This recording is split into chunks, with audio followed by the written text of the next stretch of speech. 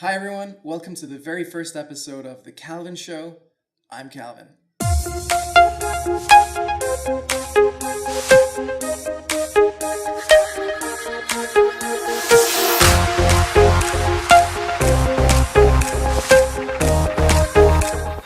So you may be asking yourself, who is this Calvin person? I was born and raised in Denmark, though you might not be able to tell it from my name.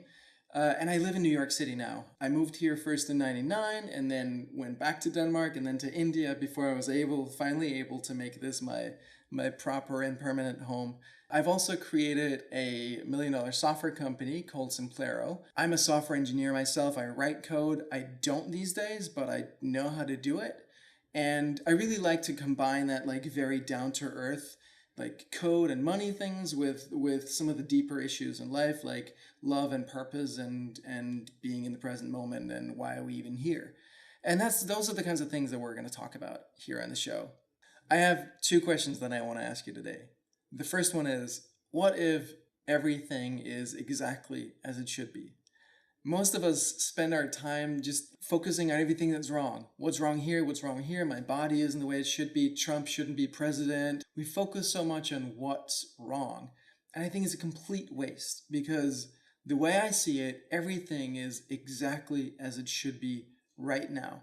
Let me tell you a story. There's this old Chinese guy and he has a son. And one day he gets a horse. Someone gives him a horse.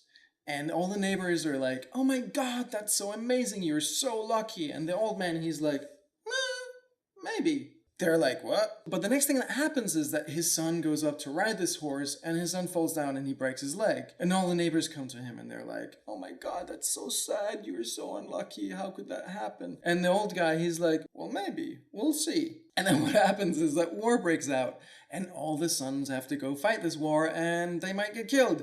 But of course, the old Chinese guy's son doesn't go to war because he broke his leg. And so all the neighbors are like, oh my God, you're so lucky. And the old guy is, of course, saying, well, maybe, we'll see. Point is, you never know. Maybe Trump getting elected is exactly what needs to happen so that we can get a more conscious liberal something, or maybe clean up whatever, or energize the people. Who knows what's going to happen there? Maybe this is exactly what is right now.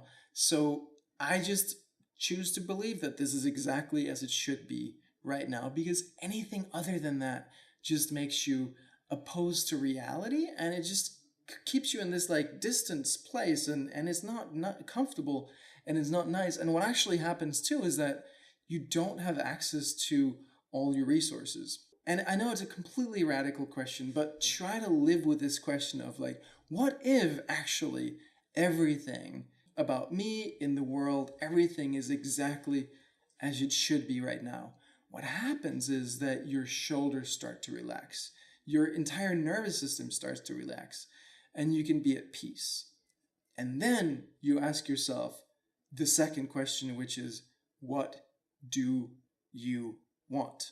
What do you want to do? What do you want to achieve? What are your dreams and desires? What is it that you want in life? Most of us go through life not ever really asking ourselves that question and not really answering it. We're like, well, I want financial security to marry and have children and all that stuff. Yeah, sure. Why? What's that going to give you? Why do you really want to do that? Get deeper. We tend to live our lives with all these ideas about what we want that are not really ours. They're society, our parents. I met this woman who is a lawyer and she hates it, but her parents really wanted her to be a lawyer and a doctor. She just loves to play the harp.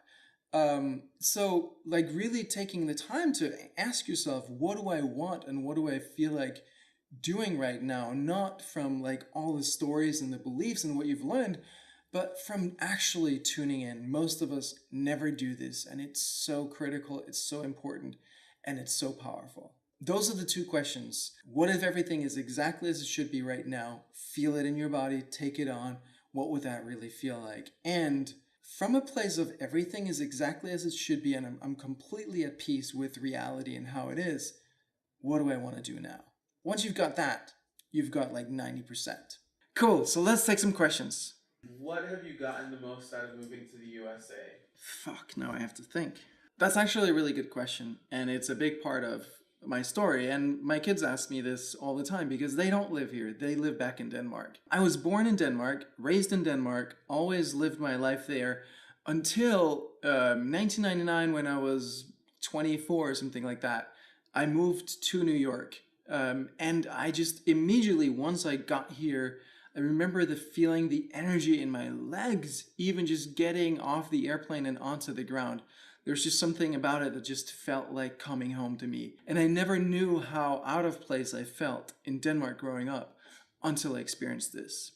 And I think that's a key point in terms of like who we are as people. Some people are not sensitive to their environment at all, and some people are. I remember spending some time in Munich a while back, and I hated it. It was like 3 weeks, but I had to just shut the world out with like some music and stuff because I was so uncomfortable there. That was just not my energy at all. New York is, a lot of places in America are. I feel a strong connection to this place. So I knew instantly, this is where I need to be. This is where I belong. There was not a question in my mind. It was just one of those like very knowing things. In the process, it wasn't super easy because then 9/11 happened and then we ended up back in Denmark. I actually ended up living in Denmark for another 9 years after that. Every single one of those years, I felt like an expat American still living in Denmark. I wasn't consuming any Danish media. And I didn't have any Danish customers or clients. I had my own company and we were serving customers all over the world. And I was just waiting to come back. Like I imagine if you're like, say you're gay or lesbian or something, you're living in like a tiny community and you're just like, it just feels off and it just feels wrong in some way. And you think like, maybe it's me that's wrong and I shouldn't be feeling this way. I shouldn't be this way. And then you move to a place where being gay or lesbian is more like a normal thing. And there's a community of people and you're like, this is where I belong. This is where I feel home. It's that kind of feel. I'm not saying that I'm neither gay nor lesbian, but I think it's that feeling of this is where I belong. It's just an energetic thing. So what has moving to New York given me? It's given me the feeling of coming home, of being where I need to be, being where I belong. And that's actually something I wrote a song about, so I'll play that for you one day. And now we have a video question.